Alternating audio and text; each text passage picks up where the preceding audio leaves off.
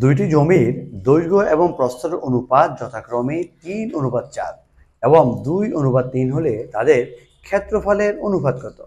আচ্ছা, তাহলে আমরা জমি পেলাম দুইটা, তাহলে এই দুইটা হবে দৈর্ঘ্য আর এই দুইটা হবে প্রস্থ। তাহলে আমি যদি বলি প্রথম জমির ক্ষেত্রে যদি আমি এটাকে কি লিখি 3x, প্রথম জমির, আচ্ছা আমি যদি প্রথম জমির ক্ষেত্রে যদি ধরি, এটাকে ধরলাম 3x আর এ গেলাম 2x, তাহলে 3x গুণ হবে 2x, তাহলে 6x।